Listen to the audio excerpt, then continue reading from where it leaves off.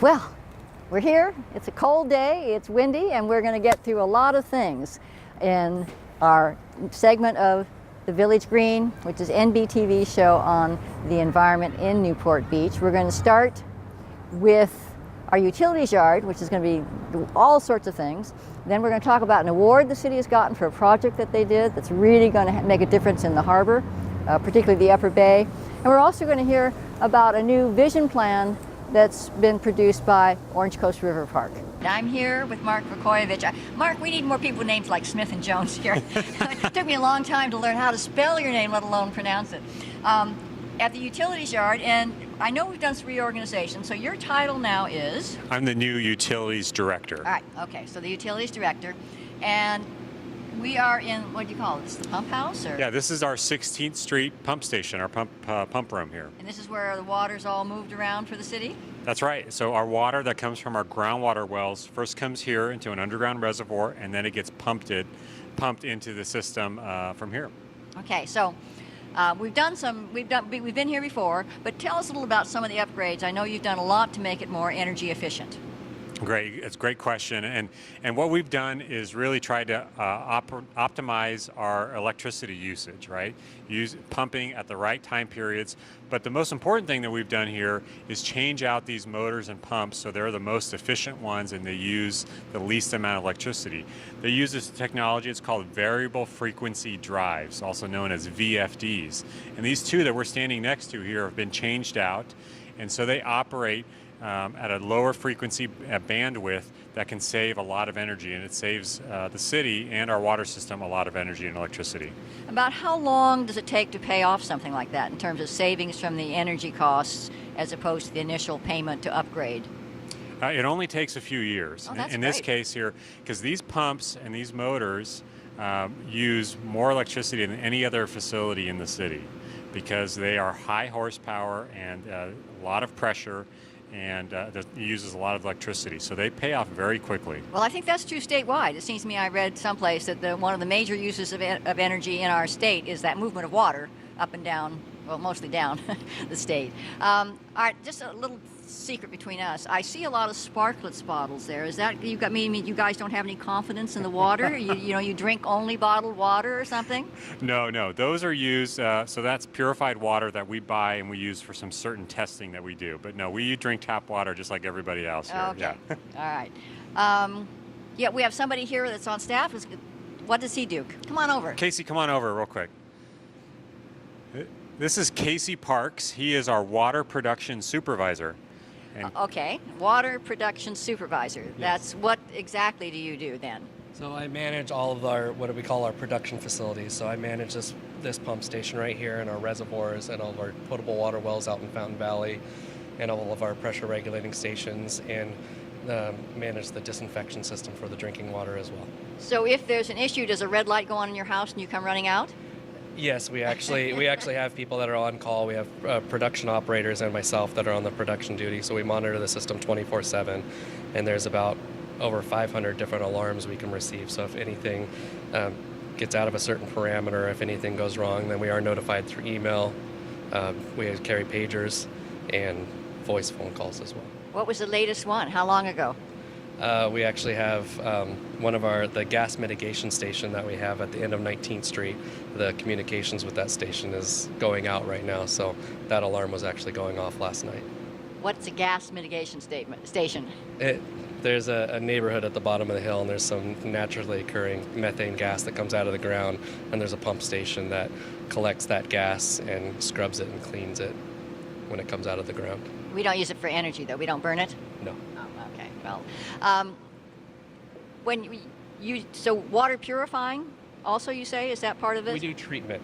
So we don't have any purification plants. We don't essentially clean the water, but the water we get from the groundwater wells is actually clean enough that you could send it directly into the system, but we do disinfect it. So we do add some chemicals to the water that treats the water. That way when it goes out into the system, it's got a residual in the system, and if there happen to be anything in there, it's going to keep the water clean out in the system. So now, at what point do you test, and what do you test with the purified water? The purified water we use for cleaning all of our equipment and calibrating the equipment. So when we're doing direct water samples, we have sampling systems that actually monitor the system 24/7 that are automated, but a few times a week we actually collect samples throughout the city, and we use that water to clean our equipment, but you also use it to calibrate it. So you want to zero out our equipment before you do that, and so you'd use the deionized water to do that. Well, I don't think that many people realize. I mean, me, I turn my tap on, the water comes out, I'm happy. How much is involved? I mean, and this is only a piece of it. This is just one puzzle piece. It's absolutely fascinating when you think about it, that we get 75% of our water from groundwater in wells that we have in Fountain Valley. And we pull from that groundwater here, and then we treat what we need to treat, and we pressurize and make sure all those taps turn on throughout the city. You can hear it. I mean, in my early morning walks, I'll pass over and I'll hear all this water, and it sounds like water going someplace. That's right. That's right. And our other big facilities up there at Big Canyon too. So, and that's a very large reservoir. It has 30 days of emergency water supply in that reservoir. And this station here and that station over there are directly connected, so they're always talking, balancing our water. So in an emergency, which we hope we don't have, but a natural disaster or something, if the lines don't break, obviously, if it's an earthquake, there's always an issue, but the city could exist for a period without water. I know in emergencies we've also shipped water. I think we sent some to Laguna Beach one time or something. Do we do that? Yeah, that's true. I mean, we have emergency connections with other agencies, Laguna, Irvine, Costa Mesa. So if they need water in an emergency, we can send it to them. If we need it, they can send it to us as well too. But with that reservoir, it really provides a lot of redundancy and safety for us for an emergency. Well, that's good. How's the tarp coming? Did we ever get it covered? We did, yeah, we did, and it's working well. That was a big issue at one point. Well, thank you, Casey. And we're going to go on and look at some other things. Yeah, let's go. All right. Well, this is a very large piece of equipment, but I gather a very important, critical piece of equipment. It is, Nancy. This is our newest Vactor, our newest piece of heavy equipment, and it has a very special purpose. This one here is going to be assigned to our storm drain crew. And its primary purpose is going to be for cleaning our storm drains, right? And if we have clean storm drains, that means there's less trash and debris going into our harbor and to our beaches. And so we just got this truck literally last week. It came over here, but it's identical to what we use for cleaning our sewer system.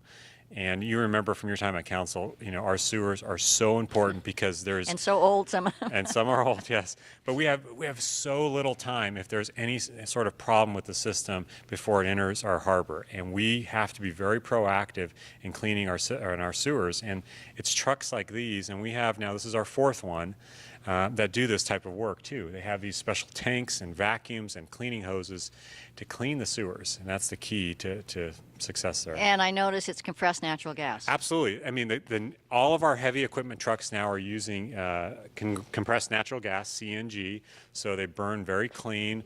They're great production engines too. They last a long time too. This is not back in the day when it was, cutting edge technology. This is tried and proven, and we're very happy to have these. What does one of these cost? Whoa, I don't know the price of that one. It's but gotta be a lot. It's several hundred thousand. 500,000? Several hundred thousand. 500,000. I got a flash over there. All We're right. gonna Larry, come on in over here. Hello, and you are? My name is Larry Hemphill. Larry, and what's your role here? I am the storm drain crew chief. Okay, so I understand we have a regular schedule for cleaning out storm drains? Yes, every year we clean all of our storm drains, and then throughout the year we also have hot spots that we clean several times. We have to clean them out several times. I mean, I think that's really impressive when you think of it. We got a lot of storm drains, and we get through them at least once a year. I mean, that's talking about a commitment to clean water and everything. Absolutely. That is and really our catch basins. Larry, what's our number of catch basins we have? We're up to 3,500 roughly. Spot locations of catch basins and inlets that get checked and cleaned annually. And the other thing that we've installed over the years are these basically trash capture devices. We call them CDS units. And they're basically these big, huge pools underground that capture trash. And we have to clean those out quarterly, depending on how much trash they capture. But they capture a lot of trash before it goes down the drain. And Larry and his crew and his contractors, because it takes a team effort. It's not only the city's workforce, but it's contract resources and management, that go out there to do these things. Yep. So, do we have somebody else we can talk to, you said? Phil, come on over. Oh, I have to practically drag these people in. You just go, you look in the background of a athletic event, and everybody's going, "Hi, Mom," and I have to drag these guys in to even talk to me. And you are? My name is Phil Marchand. And what do you do? I'm an equipment operator on the storm drain crew. So you drive this, and then tell me, give us an image of how it works. So you get to a storm drain, and what happens? Depends on what the problem is. If it's impacted with Let's talk about just a normal cleanup. So it's just as you're doing your annual cleaning, what happens then? we would use the tube to suck out the debris and use the water to wash out the debris and suck it into the tube and into the tank. And then what happens to it after it goes in the tank? Does it just go poof and disappears? We would go to the main yard, corporate yard, and we would drain off the liquid and then dump the solid in the dump bin. In the dump bin. You know, All right. Nancy, one of the other things that they do, a lot of folks see this, is every spring we install screens along Right. the catch basins too. And that's Phil's crew that does that as well too, to prevent trash from even going into the catch basins as well. Okay, so then, all right, let's talk about, you got a hot spot. There's something's jamming up. What happens then? Do you have to go into it or what? This truck can do that. It has a rotor, and you can use the hose and high pressure nozzles to go inside the line, and most times you can take care of the blockage that way. Okay. Do you want to see the hose real quick? Oh, yeah, here? yeah. This, Yeah. you would take the manhole lid off, and then you would run this down inside, and it would go into the pipe that actually runs through the drainage system. So, no, is this Right. This is what you use. It rams through the debris, and also at the same time sprays water at a high pressure rate.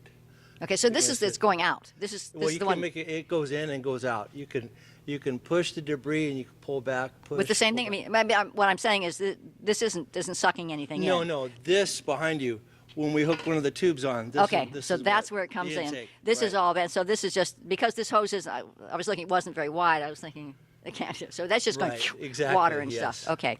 Yeah, these are the modern day ones where we actually vacuum while we're jetting as well too. So, a lot of trucks, would have just where they just jet, where they just blow through the debris. But this one we vacuum up all the debris as well. That's pretty neat. All in one, yeah. I mean, this is just, I don't think, I know. I mean, we like our clean streets, we like our clean beaches, and we really don't think about all of not just the equipment, but all of the people hours that go into it, of just keeping our city as pristine as it is. Absolutely. And the key thing too is for emergency response, right? Because we have emergencies and we need to be there. We need to have the right tools, and we can get there very quickly because we're here, in town.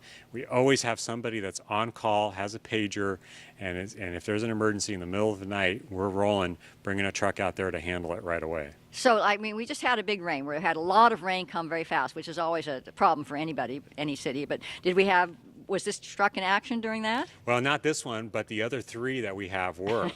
All of them were out on the street for various things, for rain, for also some of the other emergencies we had with our water system. We also had a sewer system, emergency in the last few weeks, and they were all out there working. And the next thing I want to show you is one of our newest pumps as well too, that kind of pumps when we do have high rains and high tides. Great. Thank you, guys. All right, so here I am. I'm about to drive off and clean out a storm drain. I'm going to do it by myself because I'm very confident in my abilities. I'd be afraid to even move this truck about 3 feet. It's so big. But it's very nice inside. You've got, looks like a little computer screen. Does that show you what's going on inside? Or cameras? It shows you every angle around the truck. But does it also show you, do you have like a camera that goes inside the storm drain or anything? No, but there is a front camera that shows you the point of entry of the hose. So this isn't this isn't part of the thing. I know we have something where we take pictures of our sewage. Yeah, that's a separate truck that we Okay. have where we have to send a kind of a robotic camera with 4 wheels on it and send that down into any pipe or system. We have that separately. Okay. Well. Yeah. All right, guys, I'm off. I'm getting down before See you later. anything happens. Here, take the microphone before I fall out. Well, another odd-looking piece of equipment. Yes, yes. This is called our bumblebee here. You know, Okay, rightfully so for the color. Yeah, but this is one of our larger portable pumps. So when we have high tides, Nancy, which you remember too, and the community knows well about too, we have to close 89 of our tide valves. And you do that manually, is that right? Well, some are manual, some are automatic. Oh, I didn't know we had any automatic We ones. have some automatic ones as well too. But even the automatic ones, they need the personal touch because there could be a branch that gets stuck in there, a palm frond. Last 2 weeks ago, I was pulling out, not me, but my staff. I watched them pull out a small cover for a little moped. It was a moped cover that blew off, went into the drain, and plugged up the drain on Balboa Island. But anyway, so once we close the valves, we have to then set up a whole set of pumps in all these neighborhoods. We have about 35 locations, 35 pumps that we go out there and set up these pumps in the middle of the night. Often it's early morning hours because rain is coming and we have the valves closed. And so the street doesn't flood, we have these pumps in operation. And so it just, it pumps the water So literally over the curb taking into the bay or something? Exactly. We're taking it from the gutter, or if there's a box right there, and then we just pump it right back into the bay. And we have all different shapes and sizes, bigger ones. Here's a smaller one that we have in the truck as well too. And it's really important. You know, years ago, you know, our primary business was putting out flooded barricade signs. Today, we've been really proactive, you know, and putting out and trying to pump these locations. Now, if we don't have a high tide and it rains, you know, the system works just fine. It's just fine. But when we have the tides and we have to close the valves, that's when we need to bring in these resources. So you have Balboa Island, parts of the peninsula? It's mainly Balboa Island and the peninsula. So they've got it down. It's kind of orchestrated where to go. We know where the pressure points are, and everybody from all the departments, public works, utilities, even recreation staff will come sign up and come out to one of these middle of the night shifts to do the pumping. Really? Yes, yeah, absolutely. Because it happens often. You Yeah. know, it does. When we have the tides, and we've had a lot of rain this year. You know, we're well above seasonal average for rain, so that's been great for our water supply situation because most of that's trying to be captured up north. But it's produced a lot of challenges and a lot of extra work for the storm drain crews. So to get sort of onto an angle from that, sea level rise, I know that staff likes to try to think long term, although it's hard because you you have so many things right on your desk to deal with today that it's to think, you know, 10 years down the road or something, or 20 years or 50 years, you don't have a lot of time for that, but I know you guys try. So how do you see that if we keep getting a bit of a rise, if affecting, are we going to have to redo those gates, those tidal gates, or are they going to hold up and then we'll come up just with more pumping, or how do you foresee that? Well, I think it's going to be a combination of a lot of things. I mean, all of those gates and valves in the harsh environment, they only can last so long too. They all need to be replaced every 20 or 30 years. Every year we replace about 4 or 5 of them anyway. You know, it's going to be more pumping, it's going to be more walls, but there's probably other things. You know, the approach for sea level rise on the beach is going to be different than in the harbor. Absolutely, yes. Harbor. And the approach in the harbor has just been, let's take it incrementally, let's be smart about our investments and our decisions there. I think that the interesting thing to me was going through, when I first brought up sea level rise, I was only thinking of the ocean and the beaches because that's my real interest. I've always said, hey, the harbor's easy, it's just expensive. But what struck me as we started talking about raising the seawalls on Balboa Island was that at a certain point, we were told, well, you have to start raising a bunch of other things, too. I mean, it's not just a matter of the seawall, that at a certain point, the streets, the drainage system, everything gets impacted, I guess. Yeah, absolutely, and that's why you see our community development department looking at, you know, floor elevations and raising those. We're looking at that from a street standpoint, because when you do have high tides, right, you know, the tide is higher, that water is that much higher, it's pressurizing the water below, and a lot of times it's coming out of the cracks and crevices of the streets and the sidewalks and things like that too. So we really have to do a lot of smart planning. You know, ultimately the seawall around Balboa Island, a lot of these seawalls are going to be replaced, and that's, you know, what we plan, and the city's doing a good job, I think, of saving for that as we go. Yeah. Well, good. So, all right, the bumblebee. The bumblebee and our other little pump in the back of the truck here too. So this one, can you see this all right, Ed? So this one is where you would use it in a real small area or something? Yeah. So this one we'd load up into a regular pickup truck and back it into a little street outlet, and have it there and turn it on, just a little 3-inch pump, and pump out the area. It can keep up with most rainstorms, but it's small, right? And a lot of these pumps, like this yellow one too, they're called dry prime, so they can run even empty. Where a lot of old-fashioned pumps, they actually needed water to That's start right, the don't you? I suction. remember that you had the old days. You Yeah, you had to prime it. and you got that horrible water in your Yeah, house. exactly. So, all right, good. All right, you were going to show us one more thing. One more thing. Start Let's with. go look All at right. some streetlights. We're going to be talking about how we're upgrading our electric system, and I'm taking it these are all the things that we are replacing, perhaps. Yeah, oh yeah. This is all this stuff goes towards is recycled, and you know they take all the copper and the parts out of there and recycle it. So, That's but nice. All the old stuff is going out, and we're going to be talking and showing you some of our new LED fixtures that we're installing. And we've already installed about half of the city has LED fixtures, and we're working on the second half. Well, so, but what I like about it, is what I just learned now, is that not only are we getting better energy, more efficient energy, but we're even saving some stuff from the junk pile by recycling the old parts. Absolutely. That's Absolutely. very cool. Very Absolutely. cool. And the wires too. All of that stuff just goes and gets all recycled. the stuff we read about people stealing. Yeah. We get yeah. it. All right. Well, let's look at some of the Okay. new stuff. Nancy, I want to introduce you to our electrician supervisor, Dave Ichikawa. Come on in, Dave. Hello, Nancy. How are you doing I'm today? fine, thank you. It's nice to meet you. Well, Dave, can you show us a Yes. couple of these things here too? You got something in your hand? Do you want to show us this? Actually, what I have in my hand here is part of our LED retrofitting that we're doing for the city. And this is a lamp that goes in all our post-top units. So let me just go ahead and pull that out so you can have a look at it. And this is like what we're typically doing now. So everything you see out there that's a post-top type of luminaire will have this type of an LED. And that's mainly like on Balboa Island and the peninsula, yeah.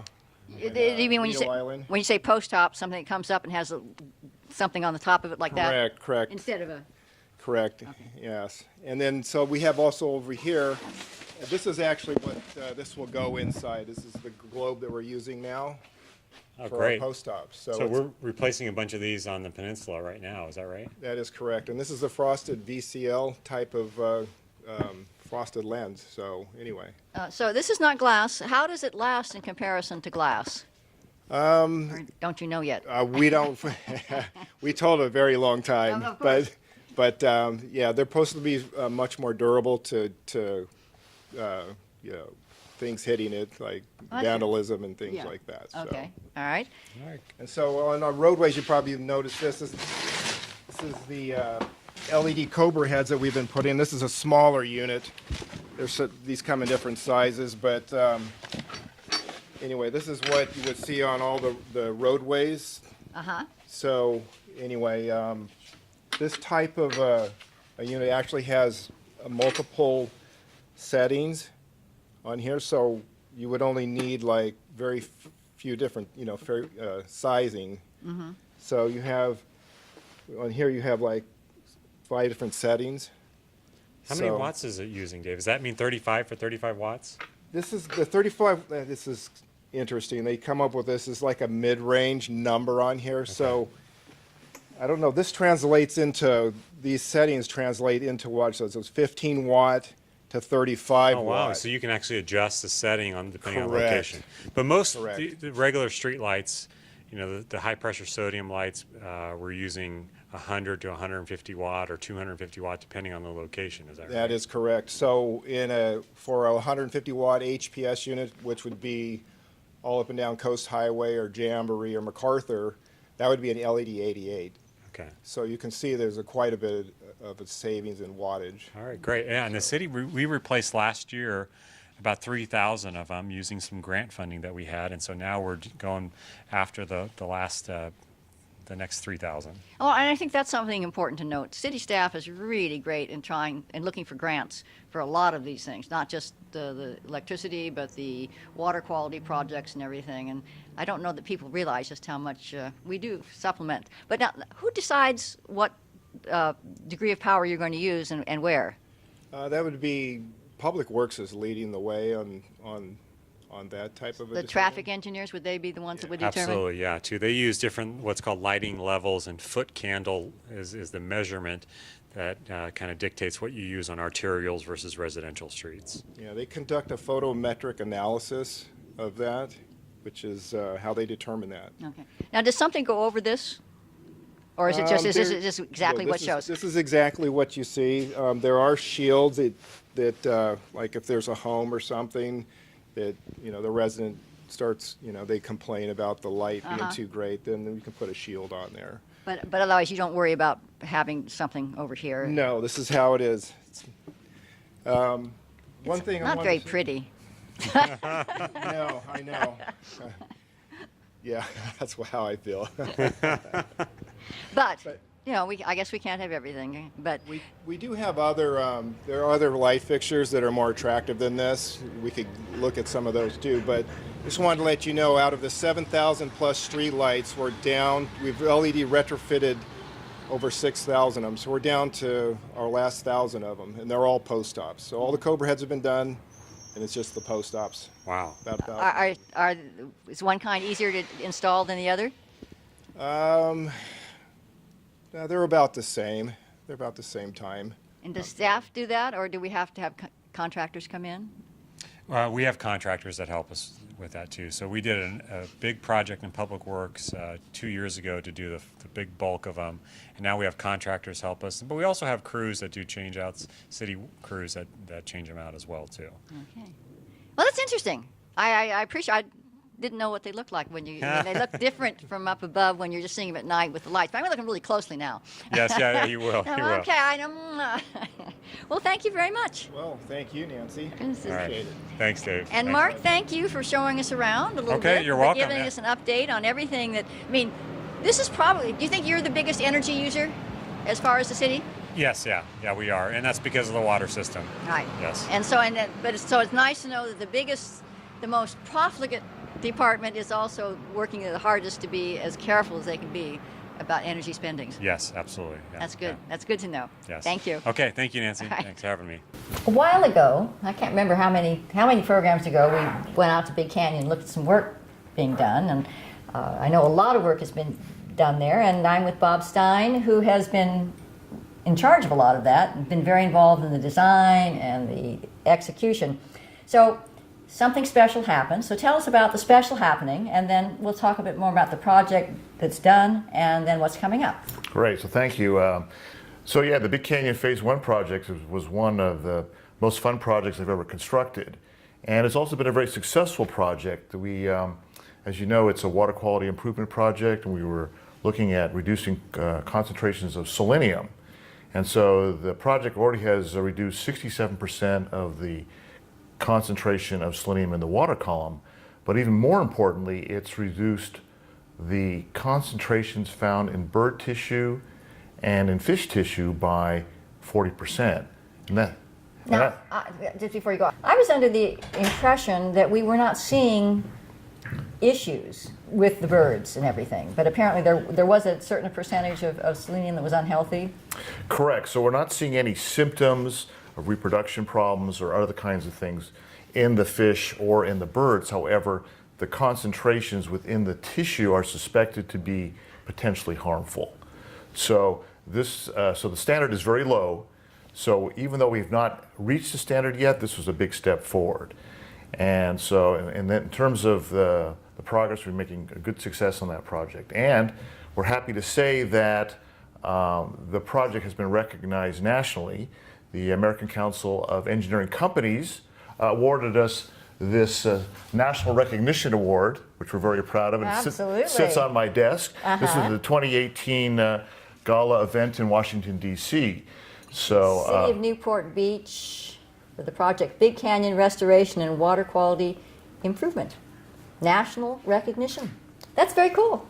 it is, and it's such a cool award that the consultants wouldn't give up their award, so I had to buy my own. So it's on my desk. So now, as far as that project, so it was, I know from the city's perspective, a huge goal was water quality because we were Yeah. concerned about selenium. But it's a multi-benefit project. I think there were recreational improvements added and that sort of thing. That's correct. And this project was successful. It actually shows that we had a successful collaboration with city staff, with the Water Quality Tidelands Committee, which you've chaired at the time that we initiated this project. Also with the regulatory agencies, the Coastal Commission and the Regulatory Regional Water Quality Control Board were very instrumental in helping this project move forward at a sustained pace. And also, most importantly, the funding sources, these agencies also came up to help support this project. So it's a successful project showing how when everyone teams together, we can actually make water quality improvements and not get bogged down in the bureaucratic paperwork that sometimes typifies water quality efforts. So as you mentioned, not only was this a water quality improvement project, but we also restored 6 acres of the area with native vegetation and trees. We improved the trail system, and we also took first steps at dealing with this invasive species called the Polyphus shothole borer, which has infested all the willows in the canyon. So it was a very successful and fun project. I made some notes here. There was something else that we worked on that was also, so the restoration has been so successful that in some cases the cattails have become overproductive. So we've actually had to go back and remove those to give the other species a chance to come back. So we're very happy with the growth. So far we've had pushy cattails. We've never had any complaints from any of the residents saying they don't like the greenery or see the greenery. So Well, so now then there's a phase 2, and then this part didn't tackle the Brazilian pepper tree forest. And if anybody's ever been there, it'd be the great site for a spooky movie.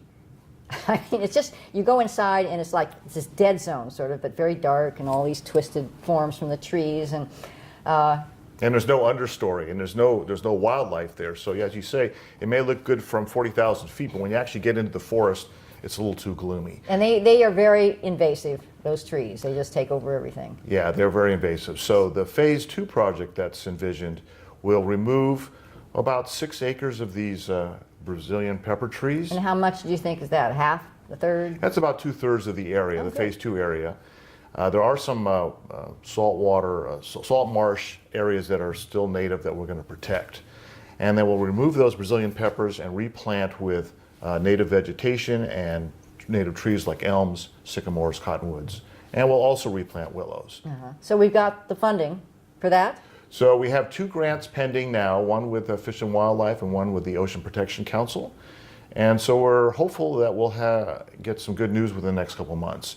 If we do get the grant awards, we can move this fall with the construction of the project. All right. Well, that whole area has been a major target. It's nice to see things moving. Sometimes it seems sort of slow. Now, where the wetlands are, is there any sort of mosquito issue? I mean, has that been a concern down there in that area? So there is going to be a phase 3 project, and that's in the freshwater lake adjacent to Back Bay Drive. And that is actually the #1 mosquito breeding area in the county. So that is already, we're already doing a feasibility study on that now. And so as soon as phase 2 is constructed, then we'll apply for grant funding for the design and construction of phase 3. So that could potentially kick off construction in 2021. Will any of this, I know during rain, so much of the Back Bay Drive is closed. And this oftentimes just from flooding. Sometimes it's from earth slides, but oftentimes flooding. Will any of this help in that respect? Well, that's a great point, because in the phase 3 area adjacent to Back Bay Drive, you have that failed pavilion, right? So what we want to do is reconstruct that structure and also look at reconstructing some of the walkways through there. Now, upstream and downstream of Big Canyon, we also have these mudslides, etc. So that's a longer range plan that the city will have to address. The Newport Bay Conservancy, are they participating in any way? No, thank you for mentioning that. So they are the lead on the phase 2 project. They actually received the funding for the design and have applied for the grants. The city is supporting them. And the plan envisions that when we have the construction funding, they will give the funding to the city. We will bid and advertise and inspect the project because we have that expertise. Well, again, another partnership, which is, that's what's impressed me so much about a lot of these projects is how much cooperation there can be. There can also be, I'm thinking of a certain example, and a certain agency that they're nothing but a hurdle. We won't say who they are. But oftentimes, if you can find the right little button to push, you get really great cooperation. And that's really the key here, because sometimes the Coastal Commission gets a bad rap for being too bureaucratic, but in this case, they've actually been an avatar for us and promoting us and giving us good ideas. The Water Quality Committee members have actually actively participated in the source monitoring in Big Canyon. So when you have that collaboration with the staff and the community and the regulatory agencies and the funding agencies, you get a good project and everybody's happy at the end. And the bonus is, once you're successful, the money keeps flowing. Yeah, well, that's nice. And also, I think social issues as well, because areas like that can attract the homeless, and we're trying to find housing and that sort of thing. But for that kind of area, it can also be then you worry about the fire hazard, which is always good. So most of this with the natives coming in will also make that much less of a possibility. Correct, and that actually was an issue for the property owners on both sides of the canyon, is that kids be coming there at night and building fires. And so with the new vegetation, it's more lower to the ground, shrubs kind of thing. We can actually monitor the canyon a lot easier. There will be rules in place. So the park is used for dawn till dusk, and then it's closed. And then it's a lot easier for the security to be able to check it at night and make sure it's secure. So we feel it's a win-win, and we really, it's really gratifying when all the pieces come together. And we just think this momentum will continue to roll on, not just to complete Big Canyon, but perhaps looking at a park across the way at Santa Isabel yeah, Channel. that's another well-used area by residents, and we want to start looking at that. In fact, we're already looking at grants for that. Well, it's nice because this was an area that was sort of like, and then now it's going to be, it's a benefit to the nearby residents, it's a benefit to all the residents because they can walk in it, they can bike in it, as well as just admire the things. I wonder if we're going to get a lot of wildflowers. Do you think we'll get a bunch of wildflowers this year? No, you should go out there this spring. We're going to have thousands and thousands of flowers out there. That'll be neat. Did we actually plant for that? Yeah. Great. Can't wait. You don't have to drive all the way out to, what? Joshua Tree. Joshua Tree. All right, well, thank you, Bob. Well, thank you. All right. Appreciate the time. Yeah, good. We've talked about Orange Coast River Park on this program before, but we're going to talk about it, some real progress that's been made by the group which calls itself Orange Coast River Park Conservancy. And I'm with the president, Bob Wilson. And so for the people who can't remember or don't know yet, tell us a little bit about the area of Orange Coast River Park and the concept behind it. Well, the proposed Orange Coast River Park is meant to comprise a large area, mostly contiguous, of open space that is mostly centered around the river mouth of Santa Ana. This includes the areas of Huntington Beach wetlands, some of the state beaches, Fairview Park, Talbot Regional Park, Sunset Ridge and View Parks. And when it's finally decided what the open space in Banning Ranch will be, it would comprise that as well. So that area is well over 1,000 acres. And that's what we consider the Orange Coast River Park boundaries, basically. And then you annex the coast. And the coast up to, what is it? Buck Gully up is part of Orange Coast River Crystal Park. Cove. Crystal Cove, I'm sorry. So, all right, there's a lot of different owners in there, property owners. So is that the Conservancy's role there? The Conservancy's role, we are trying to bring together the property owners. The property owners, the major property owners that would have to deal with here in terms of this project is the Huntington Beach Wetlands Conservancy. These are all property owners. Huntington Beach Wetlands Conservancy, the cities of Huntington Beach, Costa Mesa, Newport Beach, the County of Orange, the state of California for some of the beach areas, and finally there is a swath of land in the Banning Ranch area that is under the jurisdiction of the Corps of Engineers, so we have to deal with a federal agency as well. So one of our tasks in bringing this about is trying to bring some coordination amongst all of those agencies and treating this as an integrated open space area as opposed to each individual separate space. All right, and you've taken a big step towards that recently. Yeah, well, our goal, as I've said, is to unite the owners and other stakeholders in a cooperative effort to turn these areas of separate areas of open space into an integrated park offering, the Orange Coast River Park.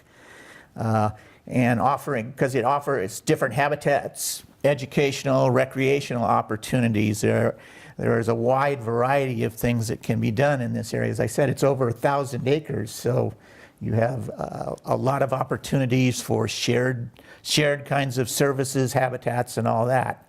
We see this integrated approach as a benefit to the owners and the public alike, because it can go to preserving those habitats, allowing for the provision of shared services, which obviously would save the monies for those. Seamless access for the public with trails and bike paths along this area. So those are all some of the goals and benefits that we see of bringing this about. But what in looking at this and trying to figure out how we get to our end game, so to speak, we decided on the OCR report we need a vision for the area, an elaborated vision to show stakeholders, and owners and interested agencies what is possible, what is feasible, what is desired. Those kinds of things need to be brought out and consensus built around these things. We think a vision plan is something that can do this and provide a framework for future planning and implementation efforts, and for something that sets out visions for those possibilities and the benefits. So our goal here, we've developed a scope of work for this vision plan, and it has a number of components. Some of them is simply data gathering of past studies, existing data, documents, bringing them all together. Then it's also to go out and talk to the stakeholders and the property owners and get a sense of what they would feel the Orange Coast River Park should be and should comprise. So we've developed this scope of work, and what we'd like to do now is actually solicit some bids from contractors to get this scope of work performed. Once we have this vision plan and the elements that go with it, we think we'll stand a much better chance of doing cooperative efforts, applying for grants, getting contributions from our stakeholders, our public, and from the various property owners. So getting money right now for the vision plan is one of the major efforts of the Orange Coast River Park Conservancy, is to try and promote that and raise enough funding so that we can get this vision plan developed. Well, I know that the funding for this initial scope of work? Yes, it was provided by generous contributions from the city of Newport Beach, Councilman Petros, and Mayor Dixon. I'm sorry. And Mayor Dixon were generous enough to provide some seed funding so we could develop this scope of work. So we're approaching the cities, the county, and other stake owners to see if they can at least pledge some funds towards this effort. We'll be talking to them about the advantages, disadvantages, and asking them to pledge the money, some of the money, and we, on the other hand, will also be doing fundraising efforts, Orange Coast River Park, to try and go towards this. It's a fairly large effort, at least in the scheme of things for this. We estimate around $150,000 for a contractor to do the work for the vision plan. So that's our informal fundraising goal, if you will. And I know that very early on, that the cities and the county all contributed some funds, not a lot of money, but some funds to at least get the very thing started. So there was a lot of buy-in at one point, and has it fallen off? Do you feel maybe just time has passed and councils have changed, so there's a lack of institutional memory, or are you really pleased and think that things are moving forward very well? I think there is the efforts you're talking about were originally an MOA, a memorandum of understanding, between the three cities of Huntington Beach, Newport, and Costa Mesa, I think back in the 2002. Since that time, there has been a lot of change, as you've said, all that. And the Orange Coast River Park Conservancy was actually incorporated as a 501c3 in 2011 or 12, I think it was. That kind of predated my involvement. But that's one thing we realized when this happened, is that all of that earlier effort is kind of, it's been lost. The corporate memory has been lost in most of the areas.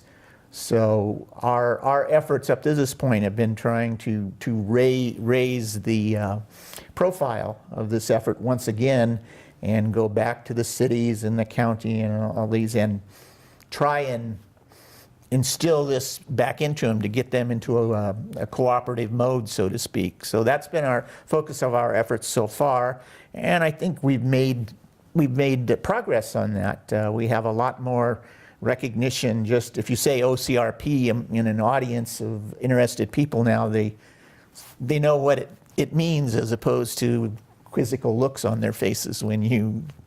Well, I mean, it seems to me there's much opportunity, because we could have more bike and hiking trails in the area. I know they've got what they call the sheep farm, where they have the BMX bikes track. And everything. I mean, that's quite an area if you look at it. People fish.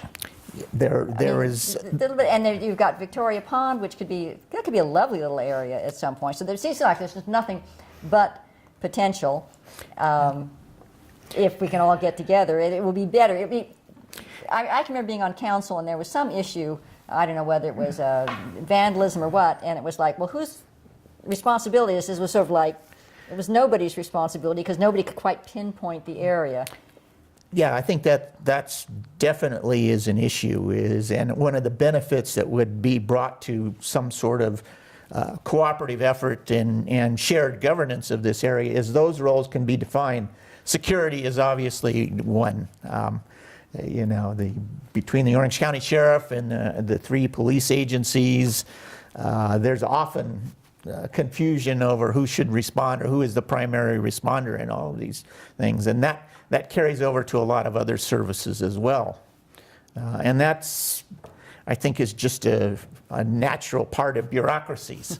Well, you should know, you were with the county in so many different areas, so you're well versed as to working in that sort of environment. So, people that are interested, I know that there's a newsletter.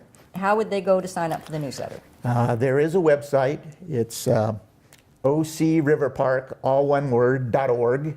A lot of the background that I've said here is available on the website. You can sign up for our monthly email newsletter on there, and that gives a lot of information about the habitat and the goings-on in the OCRP areas. Now, what I like about it is the spotlight. It'll spotlight a plant or a bird or something in there, which is really interesting, because I think, I know this area pretty well, but I learn something when I see it. Yes, our board is a very eclectic group, and there's a lot of interest in the birds and the habitat and the goings-on there, and our email editor is very good at putting those kinds of things in the newsletter, so that information is always there, and I think that's one of the big attractions to some people of that, is they get that kind of information. So we're trying to keep that as a main focus of the newsletter as well, is to provide that kind of information. So just to clarify, so there's no interest in, nobody's trying to buy anything from anybody else. People would, the city or the county or the agency would still own and presumably manage, but there would be, try to coordinate, that the Conservancy is working to coordinate some of these efforts, so you have better, if I'm doing a plan here, I'm building a trail here, let's have the trails meet, or something like that. Yes, the coordination, OCRP is one of OCRP Conservancy's main activities, is to know what's going on in the various owners and stakeholders, and where we can bring them together, tell them what's going on if they're not aware of it, and encourage them to work together. One of the underlying tenets of the OCRP Conservancy is that we're not into ownership or anything else. The areas would remain under the purview of the owners, and we have no problem with that. We're encouraging them all to work together. We've told all of them that our tenant basically is, we're not here to dictate land use to you. If you have a use that you put into your area that is legal and was approved with transparency and all of those, that, you know, those kinds of things, that's their purview, and we wouldn't oppose anything like that. But you might help them if they were working on something. You say, we can be your partner as far as getting grants and that sort of thing. Yes, the idea, again, that's one of the ideas behind the vision plan, is that will help us coordinate efforts and everybody's efforts in getting grants for various things within the park. So that's where our coordinating role, I think, is. It helps the bureaucracies, because they don't have time, really. Staff doesn't really have time to look at what everybody else is doing every day of the year. And I think that's true. I mean, we get frustrated because of the silos, but there's such a workload that it's really hard to look outside your silo. Yeah. You're having to clear your desk. Yeah, it's, you know, with the amount of work that staff is called upon to do in the cities in particular, and the county as well, they just don't have time to do all of that. They either do those things on their own time, or they work with organizations such as OCRP and get the information that way. We've provided, I think, a number of those kinds of pieces of information to city staff and county staff that they wouldn't otherwise be aware of. Mm-hmm. Okay, well, that's ocriverpark.org if you want more information. And thank you, Bob, for bringing us up to date. Well, thank you for having me. Well, again, it's still gloomy. The sun isn't shining yet. It will. The sun will come out tomorrow. But for today, that is our show. And until next time, let's all work on making our village green.